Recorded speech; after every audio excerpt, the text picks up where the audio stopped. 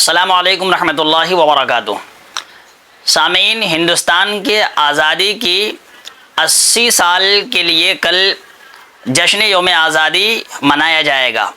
آج ہم ہندوستان کی تاریخ کے ایک ایسے سفر پر چلیں گے جو تقریباً 1.5 صدی پر محیط ہے۔ یہ سفر 1799 کے سرنگا پٹنم سے لے کر 15 اگست 1947 کی آزادی تک ہم آپ کے سامنے رکھیں گے۔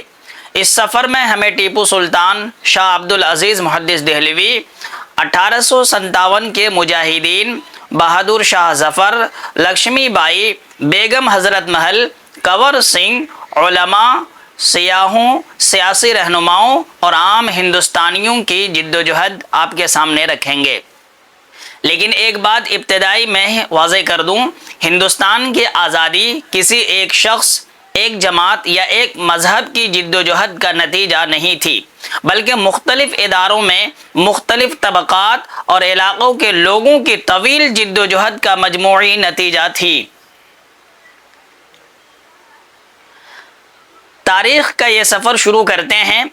ٹیپو سلطان رحمہ اللہ 1790 کی دہائی میں جنوبی ہندوستان میں سلطان ٹیپو اور ایسٹ انڈیا کمپنی کے درمیان شدید کشمکش جاری تھی۔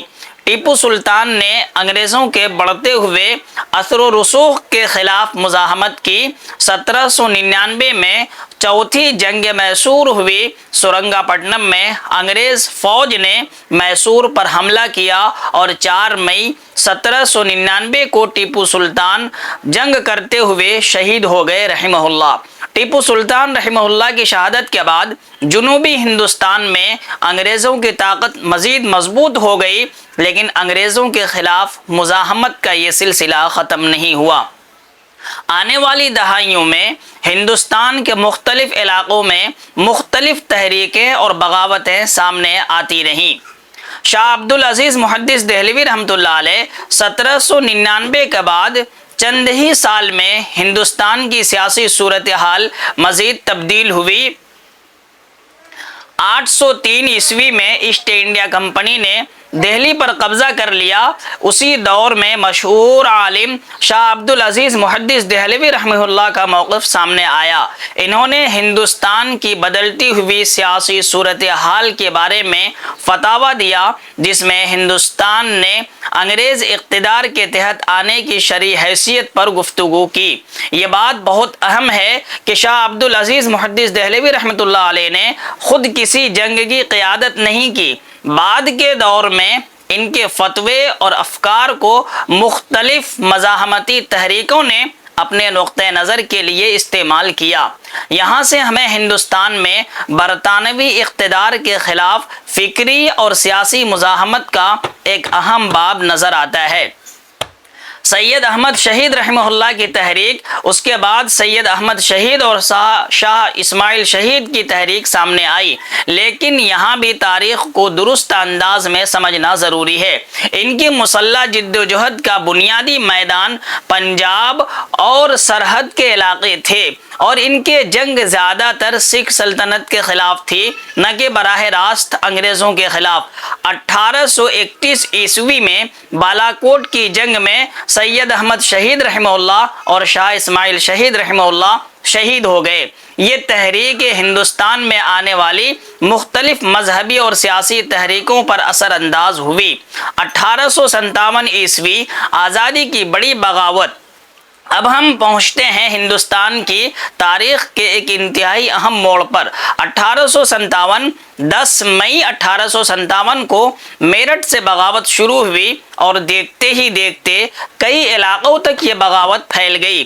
دہلی میں مغل بادشاہ بہادر شاہ ظفر کو علامتی طور پر قیادت کا مرکز بنایا گیا۔ دہلی کے علاوہ کانپور، لکھنؤ، جھانسی، بریلی، بہار، فیض آباد اور گوالیار جیسے علاقوں میں بھی شدید لڑائیاں ہوئیں۔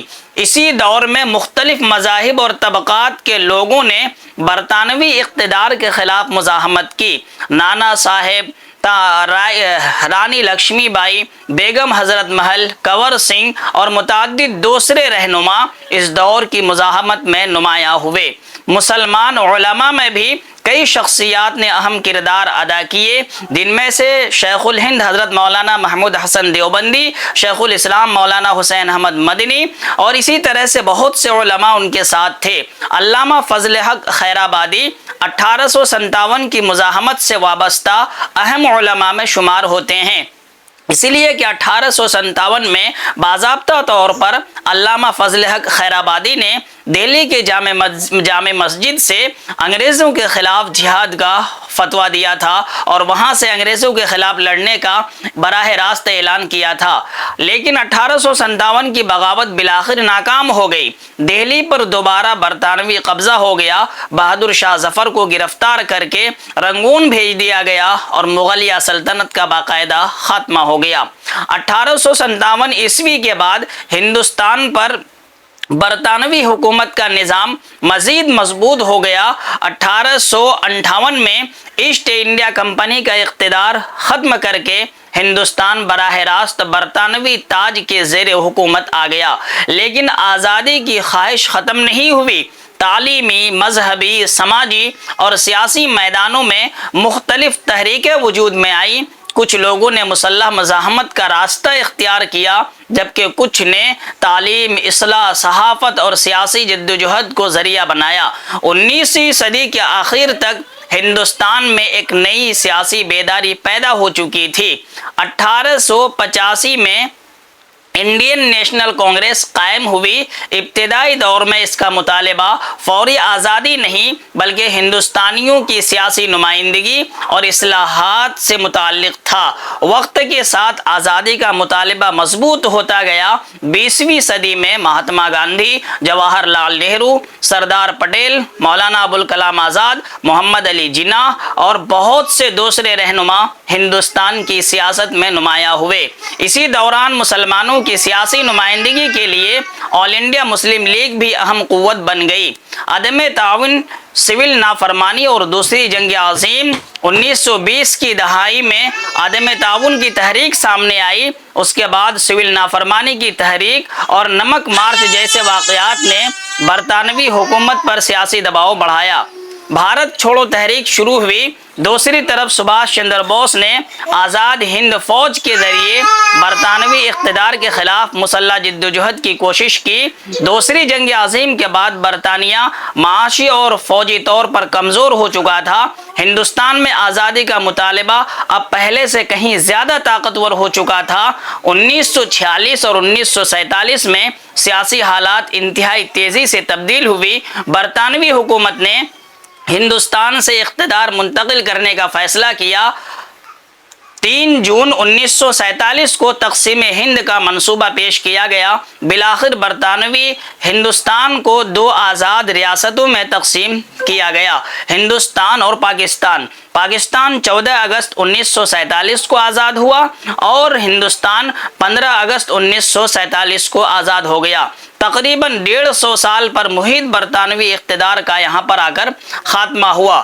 ٹیپو سلطان رحمہ اللہ کی شہادت سے لے کر 1857 عیسوی کی بغاوت اور پھر سیاسی اور عوامی تحریکوں سے 1947 کی آزادی تک ہندوستان کی تاریخ ایک طویل اور پیچیدہ جدوجہد کی داستان تھی۔ اس جدوجہد میں مختلف مذاہب، علاقوں، طبقات اور سیاسی نظریات رکھنے والے لوگوں نے اپنے اپنے انداز میں کردار ادا کیا۔ تاریخ ہمیں یہی سکھاتی ہے کہ کسی بھی تاریخی واقعات کو سمجھنے کے لیے صرف ایک شخصیت یا ایک واقعے کو نہیں بلکہ پورے پس منظر کو دیکھنا ضروری ہے۔ اگر آپ کو یہ تاریخی ویڈیو پسند آئے تو اسے شیئر کریں اور ایسی مزید تاریخی معلومات کے لیے ہمارے چینل کو ضرور سبسکرائب کریں۔ السلام علیکم ورحمۃ اللہ۔